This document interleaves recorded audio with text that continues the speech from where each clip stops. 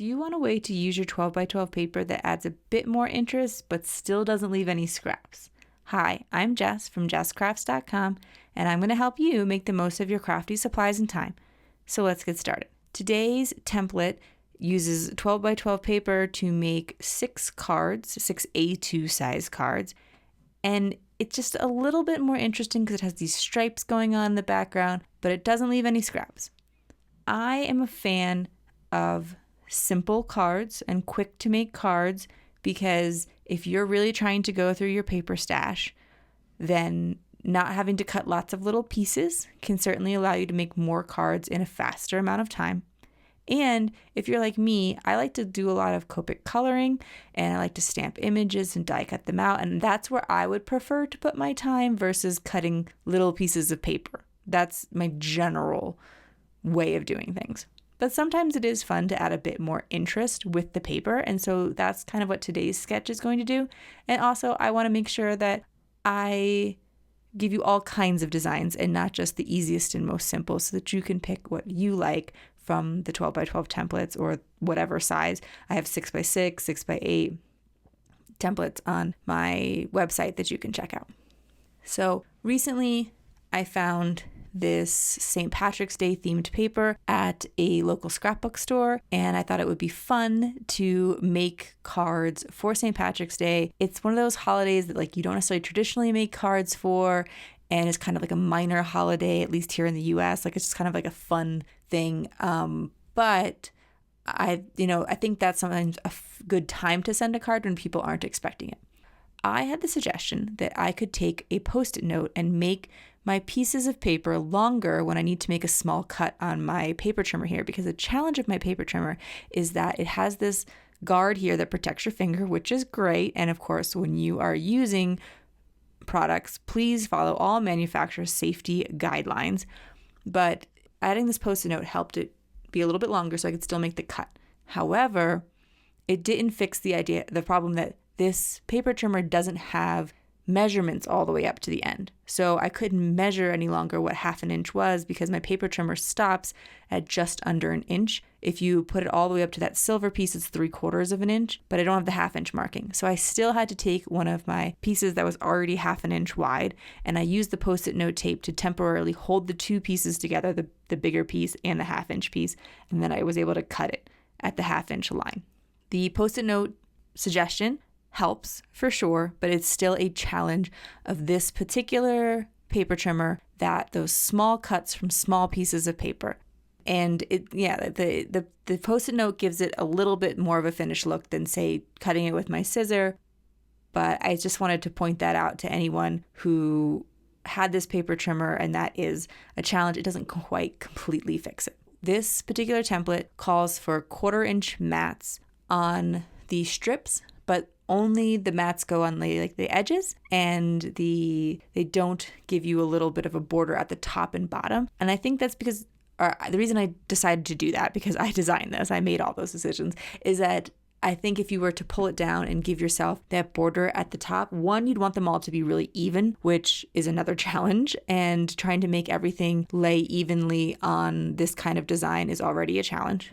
And I think because there's only a small amount of them, it looks better if you can see more of the pattern paper and less of the cardstock mat.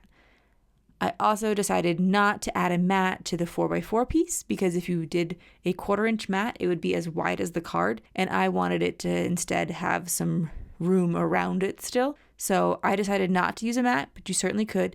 And you could use an 1/8 inch mat, and then it wouldn't go all the way to the edges, and you could use an 1/8 inch mat for these strips here too, if that works better for you. You can always use whatever size mat you want, or you can skip the mats completely and the design will still look great. I am using my Altenew mat to help me line up all of these strips, and it makes it worlds easier than just eyeballing it for sure, because that rectangle in the center, there's one portrait and one landscape, and they are exactly an A2 size card. So I was able to make sure that the pattern paper strips from the end were the same amount from either side of the card.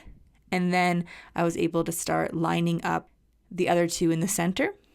When you're working on something like this and you're not sure if you have the exact placement the first time you put it down, Definitely try to use a gentle pressure as you add your tape runner to the back. And then once you know it's where you want, then, give it a harder press and make sure you really stuck it down. But the ATG will often, if you've pressed it quite well, pull up some of the cardstock. You really kind of want to lay it down gingerly until you know. I'm going to stamp a top hat and a Clover from the Lawn Fawn Hats Off to You stamp set. And there's also a Happy St. Patrick's Day sentiment in that same stamp set. So I was able to get all of the things at once. I took my longest banner die and I am using that for the sentiment because it was the only one that really fit. I also have this template that I've created. You see there's like 2 yellow strips of tape down the back here. Those are sticky side up, and it holds all of my common banner dies in place so that I can stamp everything evenly. And I have talked about in another video how I particularly made this template, but really all it is I've cut them out with some good spacing in between, and I've laid the tape sticky side up so that yellow tape that is poking through the sentiment dies is sticky and can hold them in place. And then use my Misty magnets to hold it down, and I find that works quite well. You could instead, there are like sticky mats that you can put inside of your Misty. You can use you can cut up Cricut mats and things like that. And I think Brutus Monroe makes one now, and you could put that instead of the tape, but I like having the tape there just because then it's always ready to go and I don't have to find an extra piece because I'd probably store the sticky mats separately than the banner template, for instance. But, you could make lots of different templates for all of your favorite dies and use those to stamp on. The Hats Off to You, I've stamped it in Lawn Fawn Copic Safe ink. And then I'm going to do really simple Copic coloring. You can see my colors off to the left there. I chose the top hat instead of the pilgrim hat because both could kind of work for St. Patrick's Day. It's really about kind of how you color them. But the top hat, the gnomes in the paper that I chose have a style that's more like a top hat, but then they have the buckle that's on the pilgrim hat. However, I wanted to add the Clover, so I figured I didn't want the buckle to compete with the Clover, so I went with the top hat. But just a little bit about why I make some of the random decisions I make. I don't know that this particular St. Patrick's Day paper is available currently, but there are some other cute ones on scrapbook.com. But this, of course, because it's so close to St. Patrick's Day, I really would be encouraging you to just find whatever fun green, yellow, oranges you have in your stash. I want that Clover to stick out of the hat. So I've taken a craft knife and I've cut a little slit right along the banner of the hat. Please be careful when using any and all sharp tools, of course, and follow manufacturer's instructions. But I cut a little slit and then I'm able to slide that Clover in. So to add a little bit more of an interest to the hat image. And then you'll see in the final cards, some of them I am going to add the hat to the left and some to the right, and depending on what it's going to cover up in my background paper. In general, I think I like it on the left, but sometimes there was an interesting little image on the left side that I would have covered up with the hat from that background paper. And so that's why I chose to mix it up there.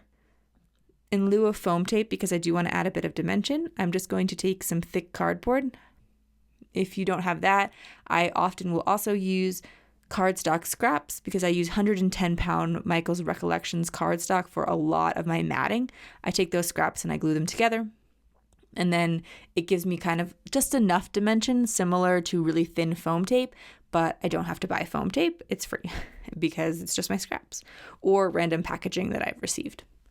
When I go to make the other 5 cards from this set, I spent a lot of time carefully placing down all of the little strips on the background for the first card. So for all subsequent cards, I'm just going to take my original card and line them all up, just like I did there. So I don't have to keep worrying about the measurements, I'm just matching them. Then to finish off the card, I can use a joke from jesscrafts.com, which is where you will find the 12x12 template. You will also find all kinds of printable jokes that you can put inside your card. And especially for these minor holidays, it is great to have a resource like this where you can just easily finish off a quick card. I also wanted to show you that there is a scrapbook.com digital cut file for St. Patrick's Day that if you're looking for something quick to make St. Patrick's Day cards, you can access that. If you found this video inspiring, here's another video where you can find more ideas for enjoying your crafty time and supplies. Let me know how you like this video with a share to your crafty community. Subscribe and click the bell so you don't miss the next template or tutorial, and check the video description for product links. See you in the next video.